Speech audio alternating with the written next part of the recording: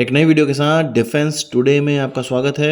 आज की इस वीडियो में हम लोग जानेंगे राफेल के थ्रू अस्त्र MK1 का कैप्टिव ट्रायल जल्द ही होने वाला है। इसके अलावा जानेंगे एक ऐसा बड़ा submarine, largest unmanned submarine, Bharat का लार्जेस्ट अनमैन सबमरीन बनने वाला है, उसके बारे में डिस्कशन हम लोग करेंगे। इसके अलावा बात करेंगे चीन की company aviation industrial corporation of China के द्वारा एक फोटो ट्वीट करी गई है जिसमें कि पाकिस्तानी पायलट को उनकी 5th जनरेशन एयरक्राफ्ट में दिखाया गया है। इस जैसी अन्य खबरों पर भी हम लोग बात करेंगे और इन सारी खबरों पे अब विस्तार से डिस्कशन कर लेते हैं। सबसे पहले हम लोग बात करेंगे अस्त्र MK1 के कैप्टिव ट्रायल की, जो कि राफेल के साथ इस साल के अंत में शुरू होने वाला है और इसका लाइव फायरिंग ट्रायल अगले साल की शुरुआत में स्टार्ट कर दिया जाएगा। हम जानते हैं कि कई दिनों से ये खबर आ रही थी कि राफेल के साथ हमारा जो देसी Astra MK1 beyond visual range air to air missile है उसको इंटीग्रेट कर लिया जाएगा। कुछ लोगों का ये कहना था कि राफेल के साथ ये इंटीग्रेशन नहीं हो रहा है क्योंकि डैसॉल्ट ने इसके सोर्स कोड देने से मना कर दिया है, इसके रडार के सोर्स कोड देने से मना कर दिया है। पर अब ये खबर आ रही है कि इस साल के अंत में अस्त्र MK1 के साथ कैप्टिव ट्रायल हो जाएगा। मतलब राफेल फाइटर जेट पे इस अस्त्र MK1 को लगाकर देख लिया जाएगा, इसका एरोडायनेमिक्स चेक कर लिया जाएगा, एयरक्राफ्ट के साथ उड़ाकर देख लिया जाएगा और अगले साल इस मिसाइल की लाइव फायरिंग कर ली जाएगी। मतलब इसको फायर करके भी इस एयरक्राफ्ट से देख लिया जाएगा। इस इंटीग्रेशन से हम लोग अपने जो बहुमूल्य धन संपदा है जो कि विदेशी मुद्रा के रूप में बाहर निकल जाती है उसको बहुत ज्यादा बचा पाएंगे। इससे पहले राफेल में MICA beyond visual range air to air missile इस्तेमाल की जाती है जिसकी की मारक क्षमता 80 किलोमीटर की है। अस्त्र MK1 लगने के बाद ये 100 से 110 किलोमीटर तक हो जाएगी। आपका इस पर क्या कहना है कमेंट बॉक्स में बताइएगा। बात कर लेते हैं जलकपी की, जो कि हलोल में गुजरात में स्टार्ट होने वाला है।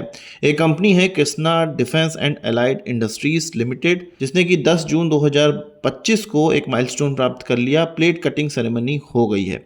ये सेरेमनी कैसी है? असल में एक extra large unmanned under water vehicle बनाया जा रहा है जो जिसका कि डिजाइन इंडियन नेवी की तरफ से डिजाइन किया गया है, डायरेक्टरेट ऑफ नेवल डिजाइन की तरफ से डिजाइन किया गया है, इसके सबमरीन डिजाइन ग्रुप के द्वारा डिजाइन किया गया है। ये जो Krishna defence and allied industries है इसके साथ स्टील अथॉरिटी ऑफ इंडिया के द्वारा मिलकर ये प्रोजेक्ट किया जा रहा है। कुल मिला के आपको समझना ये है कि नेवी का डिजाइन है, भारतीय कंपनी इसको बना रही है और ये एक अनमैन्ड अंडर वाटर व्हीकल है जो कि बहुत बड़ा होने वाला है। इसको एरो इंडिया 2025 में अनवील भी किया गया था। कहा जा रहा है कि इस जो व्हीकल का वजन है और इसमें स्टिल्थ कैपेबिलिटी भी होगी, ये 20 टन का वजन होने वाला है। इसकी जो कैपेबिलिटी होगी वो 300 मीटर तक नीचे ये डाइव कर सकता है। ये जो अनमैन्ड अंडर वाटर व्हीकल है ये 30 से लेके 45 दिनों तक अंडर वाटर रह सकता है। इसका इस्तेमाल हम लोग सर्विलांस इत्यादि में करेंगे और साथ ही साथ माइंस का पता लगाने में भी करेंगे और भी अन्य प्रयोग इसके किए जा सकते हैं। पर खास बात यह है कि इस तरह के अब हम लोग डिज़ाइन पर काम करने लगे हैं जो कि अनमैन्ड अंडर वाटर व्हीकल है और अब हमें किसी विदेशी कंपनी पर डिपेंडेंट नहीं होना पड़ेगा इस तरह के डिज़ाइन या इस तरह के प्रोडक्ट के लिए। नेवी के मामले में ट्रू मेक इन इंडिया हमें देखने को मिल रहा है। आपका क्या कहना है कमेंट बॉक्स में बताइएगा। बात कर लेते हैं चाइना की the aviation industrial corporation of China. उनके द्वारा अपने सोशल मीडिया पे एक फोटो डाली गई जो कि J-35 की थी। J-35 5th जनरेशन या स्टिल्थ एयरक्राफ्ट की थी, फाइटर एयरक्राफ्ट की थी, जिसको कि J-31 या FC-31 भी कहा जाता है और इसका जो एक्सपोर्ट है वो पाकिस्तान को करने वाले हैं। इसी की पुष्टि करते हुए उन्होंने एक फ़ोटो दिखाया जिसमें कि पाकिस्तानी बैच के साथ एक पायलट दिख रहा है और वो थम्स अप किए हुआ है। उनका ये पोस्ट पे ये लिखना था कि जो कस्टमर है वो इस प्रोडक्ट को पसंद कर रहा है, अच्छे रिव्यू दे रहा है। इसका मतलब ये है कि वो बताना चाह रहे हैं कि पाकिस्तानी पायलट ने J-35 की यात्रा कर ली है और उनको ये बड़ा अच्छा एयरक्राफ्ट लगा है और अब उनकी ट्रेनिंग भी स्टार्ट कर दी जाएगी, या ये वो मैसेज दे रहे हैं कि इसकी ट्रेनिंग ऑलरेडी स्टार्ट कर दी गई है और जल्द ही ये प्रोडक्ट पाकिस्तान को डिलीवर होने लगेगा।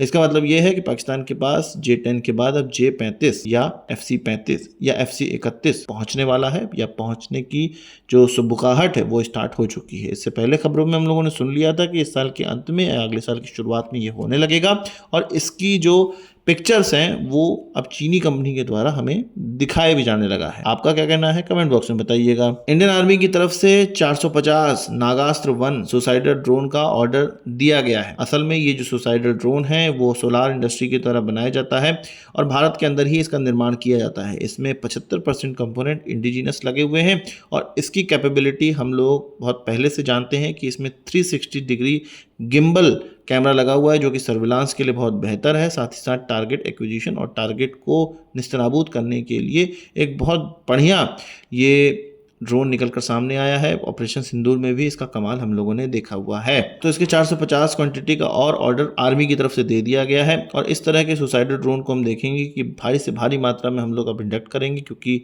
अभी जो युद्ध चल रहे हैं और लगातार जो युद्ध चल रहे हैं उनमें ड्रोन का इस्तेमाल बहुत ज़्यादा हो रहा है और सुसाइडल ड्रोन का तो भरमार हो चुकी है। तो भारत भी उसी ओर बढ़ रहा है। हमने ड्रोन्स की बात करी तो एंटी ड्रोन सिस्टम की भी बात कर लेते हैं, या एक तरह से एयर डिफेंस सिस्टम की बात कर लेते हैं।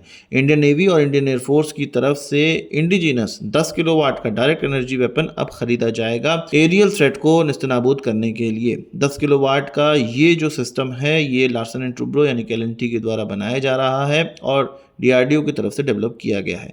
ये 4x4 व्हीकल पर माउंटेड होगा और इसकी जो रेंज है वो लगभग 2 किलोमीटर की है और इसके माध्यम से एरियल थ्रेट को निस्तेनाबूद किया जा सकता है। हम जानते हैं कि ऑपरेशन सिंदूर के दौरान भी इस तरह के लेज़र वेपन्स का इस्तेमाल किया गया था या डायरेक्ट एनर्जी वेपन्स का इस्तेमाल किया गया था एरियल थ्रेट को ख़त्म करने के लिए, और इसकी और ज़्यादा क्वांटिटी अब हम लोग ख़रीदने जा रहे हैं, या ये कह सकते हैं आप कि ऑफिशियली अब इसको इंडक्ट करना हम लोग स्टार्ट करेंगे और इसकी कैपेबिलिटी ऑलरेडी हम लोग देख चुके हैं और इसका ट्रायल भी ऑलरेडी किया जा चुका है।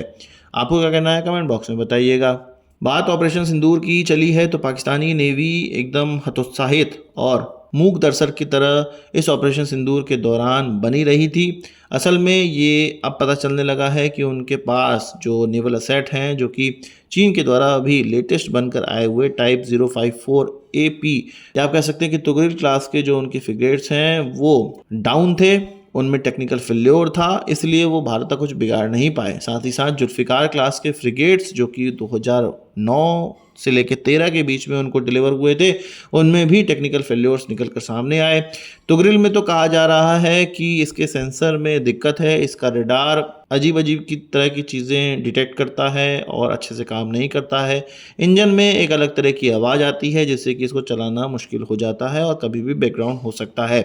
बहुत सी चीज़ें इन फ्रिगेट्स में गड़बड़ी निकल कर आई जिससे कि पाकिस्तान इसका इस्तेमाल इस ऑपरेशन सिंदूर के दौरान वापस भारत पर अटैक करने या भारत को पीछे धकेलने के लिए नहीं कर पाया। वहीं साथ ही हमारे नेवी के जो असेट्स थे वो पूरी तरह से पाकिस्तान पर डोमिनेट किए और पाकिस्तान को सांस लेने की फुर्सत नहीं दी गई।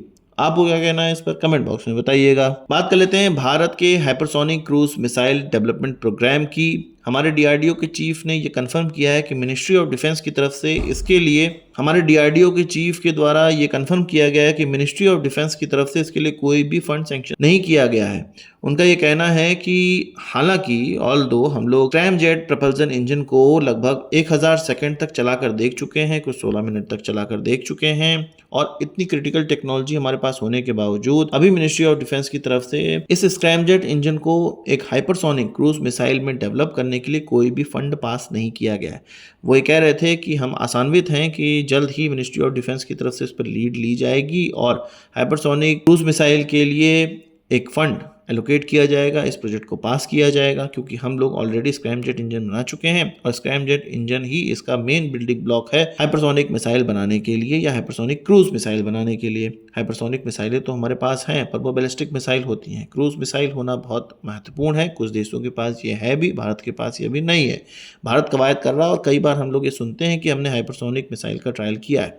एक्चुअल में इस टेक्नोलॉजी का हम लोग ट्रायल करते हैं जो कि हाइपरसोनिक मिसाइल में लगी होती है, जैसे कि स्क्रैमजेट इंजन, और ये एक क्रिटिकल टेक्नोलॉजी है। इसके बाद हाइपरसोनिक मिसाइल के लिए, हाइपरसोनिक क्रूज मिसाइल के लिए प्रोजेक्ट को पास करवाना पड़ेगा और तब जाके उस पर खर्चा करके हाइपरसोनिक क्रूज मिसाइल के पूरे शरीर को देख पाएंगे और हाइपरसोनिक मिसाइल फिर हम लोग देख पाएंगे और उसके बाद उसका ट्रायल होगा। दिल्ली बहुत दूर है और जल्द से जल्द इस पर हमें काम करना चाहिए। आपका क्या कहना है कमेंट बॉक्स में बताइएगा। आज की इस वीडियो के लिए बस इतना ही। आशा करता हूँ कि वीडियो पसंद आया होगा।